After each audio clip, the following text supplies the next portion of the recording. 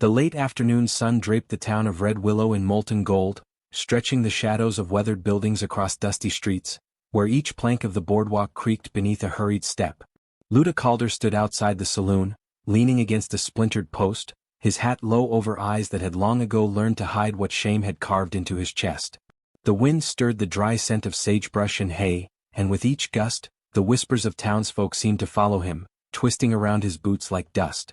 Laughter and the scrape of spurs sounded from the saloon, hollow and sharp, and he felt the familiar ache of isolation press against his ribs.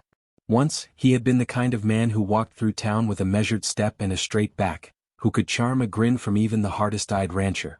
Now, each glance from a passerby felt like a verdict, each murmured nickname a stone in the growing wall between himself and the world. He exhaled slowly, his chest heaving with a mixture of exhaustion and something deeper, desperation. He had no illusions about his standing here, no fantasies of quick redemption. Pride had become a luxury, and survival, a different kind of dignity, was all that remained. It was in that quiet, suffocating desperation that he noticed her. Sakari Nez, young and unassuming, yet luminous in the fading light, moved through the square with deft, careful steps, carrying a bundle of woven baskets balanced against her hip. Her dark hair caught the sun and gleamed like burnished copper, and her eyes, attentive and watchful, swept over the town with a serenity that made Luda's own chest tighten. There was a rhythm to her movements, a careful weaving of practicality and grace, and for a moment, he could almost forget the eyes that followed him with judgment. Almost, but not entirely. Curiosity stirred in him. Could someone so quiet and yet so alive offer even a fragment of the relief he sought? He approached her, boots crunching against the dry dirt, and stopped just short enough to respect the space between them while the wind carried the mingled scents of wood smoke and sweet grass. "Sakari," he began, voice low and unsteady, a rough edge to it that betrayed both nerves and long-held loneliness. I need a favor. Something unusual." Sakari tilted her head, the soft arch of her brow alerting him to her careful consideration. "A favor?" she asked, the question gentle yet probing, as though she could see the fracture lines beneath his weathered exterior. He hesitated, feeling the weight of each word before it left his lips. "I need someone to be my wife. For tonight. Only tonight. Just to save face with the town." The admission felt almost like confessing a crime, the syllables bitter on his tongue, and his hands twitched at his sides. He could see the flicker of surprise in her eyes, the pause of disbelief and the caution that followed. "Your wife." Her voice was measured, calm, but there was a sharpness to it that hinted at boundaries drawn carefully, lines she would not cross without thought. She was young, far too young perhaps, and yet there was an understanding there, the recognition of a man in the throes of quiet desperation. "Why me?" she asked softly, curiosity weaving through her tone. "Because," Luda swallowed, his throat tight. "Because I've got no one else, and the town won't let me live it down otherwise. They'd see me alone and laugh. I can't bear it." His eyes, usually guarded, flickered up to meet hers, seeking something that felt more like mercy than interest. He saw it there, faint but present. The spark of empathy, the awareness of human vulnerability. Sakari studied him for a moment longer, then nodded slowly. "I will," she said, and her voice carried no judgment, only a quiet, considered resolve. "But only to protect you tonight. Nothing more." The world seemed to hush around them, the winds pausing mid-drift as though listening, and for the first time in many days, Luda felt the tense coil of despair loosen slightly. The walk to Luda's homestead was long and measured, each step an unspoken negotiation between past shame and present necessity. The prairie stretched around them, vast and forgiving, the tall grasses bending beneath the whispering wind. The silence between them was comfortable, punctuated only by the distant cry of a hawk and the steady rhythm of their boots against dirt. They spoke little, each careful word a thread woven into an emerging tapestry of mutual understanding. He shared fragments of the range, tales of cattle drives and lonely nights. She spoke of baskets and the market, of patterns taught by her mother, of the quiet lessons in observation and patience. The air was cool with approaching evening, and the sun slipped behind distant hills, painting the horizon in shades of blood and honey. When they arrived, Luda's home appeared modest even against the rough standards of frontier living. A single room with wooden beams that groaned under the weight of years, a hearth cracked but serviceable, a rocking chair worn smooth by hands long since forgotten. The home smelled faintly of cedar and dust, of a solitude that had lasted far longer than it ought. Sakari's eyes softened as she took in the space, and without a word, began to move through it with the instinctive care of someone who understood how the presence of another could reshape a place. She draped a blanket over the chair, set wildflowers in a tin cup on the table, and as she moved, the faint scent of lavender from her hair filled the room. Luda watched, feeling a warmth bloom quietly in his chest. This, he realized, was the first act of true companionship he had seen in years. Days passed slowly, the homestead a quiet theater for small, deliberate acts that carried the weight of growing affection. Sakari's hands, delicate yet steady, moved through the space with purpose. She swept, arranged, cooked, and each gesture left a trace not only in the room but on Luda's spirit. He, in turn, responded not with words, but with vigilance and care, mending fences, splitting firewood, tending the small garden she coaxed from stubborn soil.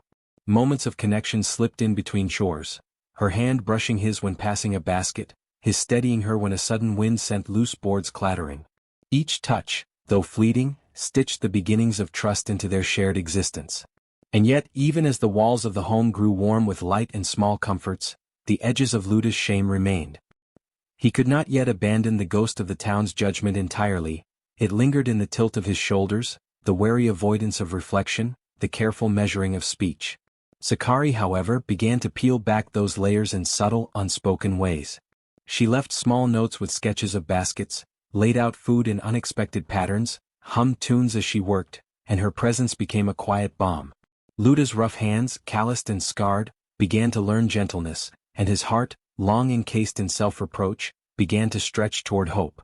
One evening, under a moon that hung pale and silver above the prairie, Luda stood beside the porch, watching shadows stretch long and thin across the grass.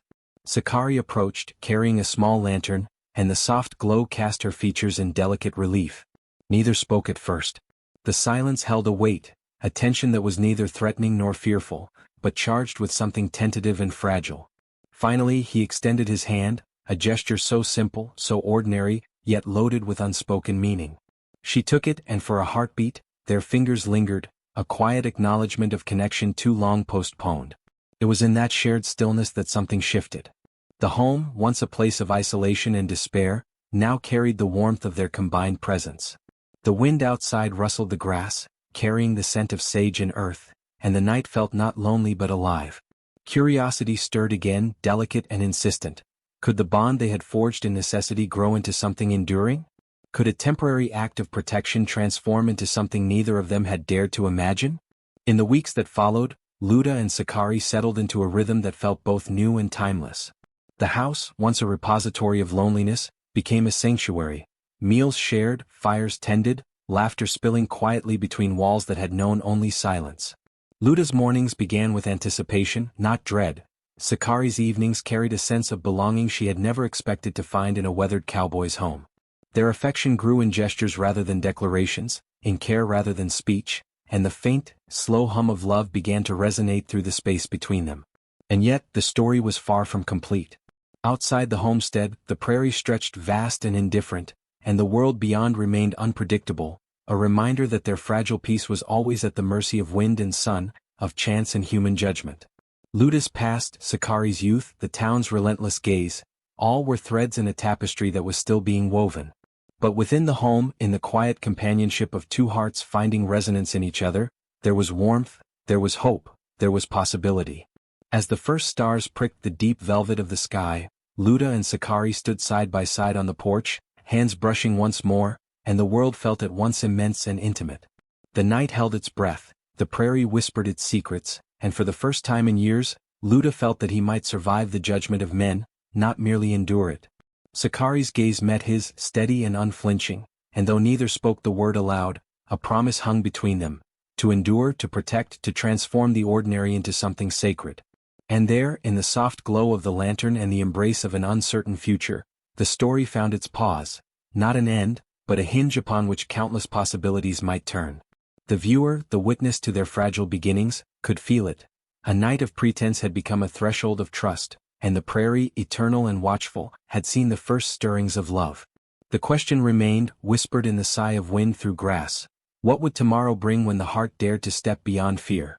Over time, Luda and Sakari's life began to take shape. Small daily tasks, shared laughter, and each morning and evening spent together drew their hearts ever closer. They were no longer just companions. They had become part of each other's comfort and joy. One day, bathed in the golden light of the sun, Luda presented Sakari with a small wooden ring, delicately carved with her name. When she received it, tears welled in her eyes, but there was laughter too, a happiness too profound for words alone. In that moment they both knew that their bond was no longer born of necessity or pretense, but of genuine love. The townspeople who once whispered and mocked, now fell silent. But it no longer mattered. They had each other, a true home, trust and love that needed no validation. Amid the hills and fields, in a simple, intimate ceremony, Sakari and Luda pledged themselves to one another, both legally and spiritually.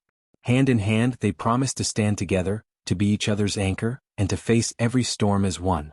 For the first time they were truly happy. And despite the world's judgments and whispers, they lived only for each other, grounded in a love that was real, enduring and whole.